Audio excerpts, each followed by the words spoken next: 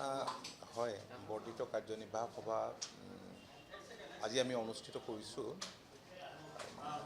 বৰ্ধিত কাৰ্যনিৰ্বাহক মানে আমাৰ দলৰ কেন্দ্ৰীয় সমিতিৰ সদস্য, কেন্দ্ৰীয় সাধাৰণ পৰিষদৰ সদস্য, যিটো হায়েষ্ট বডি, লগতে জিলা সমিতিসমূহৰ সভাপতি সম্পাদক, সমষ্টি সমিতিসমূহৰ সভাপতি সম্পাদক আৰু আমাৰ কেওটা ভাতৃ ভগ্নী সংগঠনৰ সভাপতি সম্পাদকসকল আজি উপস্থিত আছে। বিধায়ক আৰু সাংসদ দুগৰাকীও আছে। সন্মুখত নিৰ্বাচন। ইতিমধ্যে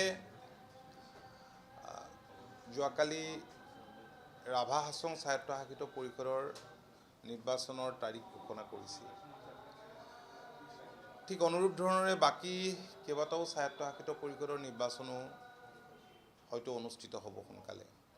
গতিকে পঞ্চায়ত নিৰ্বাচন আৰু স্বায়ত্তশাসিত পৰিষদৰ নিৰ্বাচন, এই দুইটা নিৰ্বাচনেই আজি আলোচনাত বিশেষভাৱে ঠাই পাব। আৰু আমি আমাৰ দলৰ সাংগঠনিক ভেটি মজবুত কৰিবৰ কাৰণে, জনসংযোগ বৃদ্ধি কৰিবৰ কাৰণে যিবোৰ কাৰ্যব্যৱস্থা লৈছোঁ, সেইবোৰ দলৰ তৃণমূলৰ কৰ্মকৰ্তাসকলে কেনেধৰণে কাৰ্যকৰী কৰিছে সেই বিষয়ে আমি আজি নিশ্চয় অৱগত হ'ম। আৰু মূল কথা হ'ল যে নিৰ্বাচন আৰু নিৰ্বাচনৰ কাৰণে জোৰদাৰ গতিত প্ৰস্তুতি, এইটো হ'ব মূল কথা। 2025 বৰ্ষতো নিৰ্বাচন বহুকেইটা আছে আৰু 26ৰ বাবে আত্মবিশ্বাস নিশ্চয় বৃদ্ধি কৰিব। নিশ্চয়, কাৰণ এতিয়া যিবিলাক নিৰ্বাচন, এইবিলাকতো ছেমিফাইনেল বুলিয়ে ক'ব লাগিব, 26ত ফাইনেল। গতিকে 26ৰ বাবে প্ৰস্তুতিটো যিহেতু এইবাৰ এতিয়া 25ৰ আজি আমি মাৰ্চত আছোঁ, মাৰ্চত ভৰি দিছোঁ। কেইটামান মাহ বাকী আছে 25 বৰ্ষটো যাবলৈ, বছৰটো যাবলৈ, এই বছৰটো যাবলৈ। গতিকে নিতান্তই এই বছৰটো আমাৰ কাৰণে খুবেই গুৰুত্বপূৰ্ণ। আৰু দললৈ বহুত নতুন মানুহ আহিছে আৰু বিশেষকৈ নতুন প্ৰজন্মৰ যুৱক যুৱতীসকল দলত, আনকি বিভিন্ন শিক্ষানুষ্ঠানৰ ছাত্ৰ ছাত্ৰীসকলেও অংশ লৈছে। এইটো আমাৰ কাৰণে এটা আশাৰ বতৰা।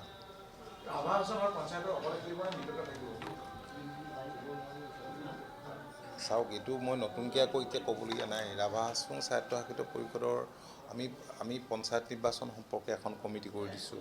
পঞ্চায়ত নিৰ্বাচন সম্পৰ্কে আমি যিখন কমিটি কৰিছোঁ তাত অধ্যক্ষ হৈ আছে কেশৱ মহন্ত, আৰু 4জনীয়া কমিটি, 2গৰাকী সাংসদ আৰু ৰমেন্দ্ৰনাথ কলিতা ডাঙৰীয়া আছে মেম্বাৰ ছেক্ৰেটেৰী হৈ।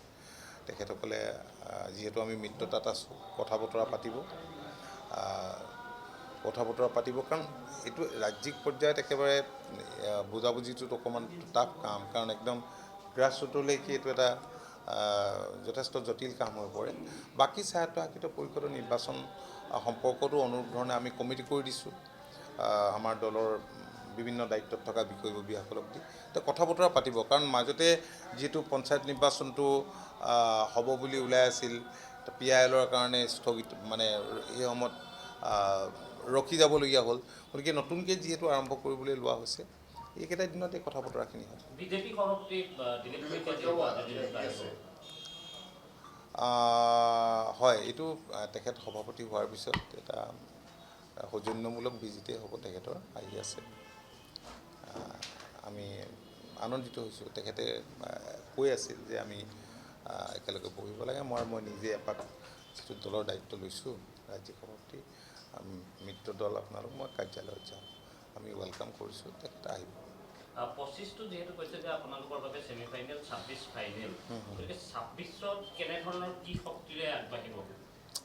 26ত প্ৰথম কথা হ'ল যে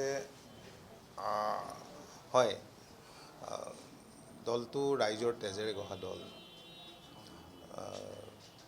আপোনালোকে জানেই, আৰু এই কথাখিনি মই দোহাৰিবৰ কোনো প্ৰয়োজন নাই।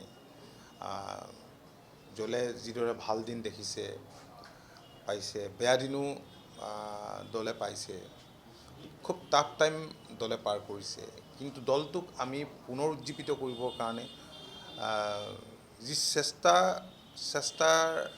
প্ৰয়াস কৰিছিলোঁ, তো ৰাইজৰ সহযোগিতাই, যুৱচামৰ সহযোগিতাই আমাক উৎসাহিত কৰিছে। আমি দৃঢ় বিশ্বাসী, আমি গভীৰ আশাবাদী যে অনাগত দিনত একমাত্ৰ আঞ্চলিক ৰাজনৈতিক দল অসমত অধিক উজ্জীৱিত হ'ব। 26ৰ সংখ্যা বাঢ়িব সময় যিহেতু আছে সকলো তেনেকৈতো আমি আশাই কৰিম নিশ্চিতভাৱে।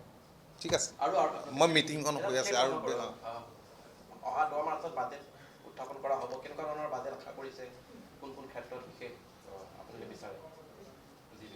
চাওক, এতিয়া বাজেট অধিৱেশনৰ আগে আগে ইয়াত এডভান্টেজ আছাম 2.0 অনুষ্ঠিত হ'ল।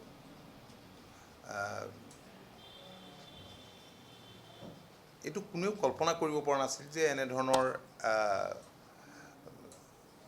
এনেকুৱা ধৰণৰ এখন মানে ইনভেষ্টমেণ্ট মিট বুলিয়ে ক'ব লাগিব অনুষ্ঠিত হ'ব। কাৰণ মাননীয় মুখ্যমন্ত্ৰী ডক্টৰ হিমন্ত বিশ্ব শৰ্মা ডাঙৰীয়াৰ দূৰদৰ্শী নেতৃত্বত যোৱা দিনসমূহত যিমানখিনি কাম হৈছে, ৰাজ্যখনৰ বিকাশ তীব্ৰতৰ কৰিবৰ কাৰণে পূৰ্বতে কোনো চৰকাৰে ইমানবোৰ পদক্ষেপ গ্ৰহণ কৰা নাছিল বা বহুতে কল্পনাও কৰিব পৰা নাছিল যে এডভান্টেজ আছাম এনেধৰণে ইনভেষ্টৰ্ছ আগবাঢ়ি আহিব, কমিউনিকেশ্যনৰ কাৰণে চৰকাৰে ইমানখিনি কৰাটো সম্ভৱ হৈ উঠিব।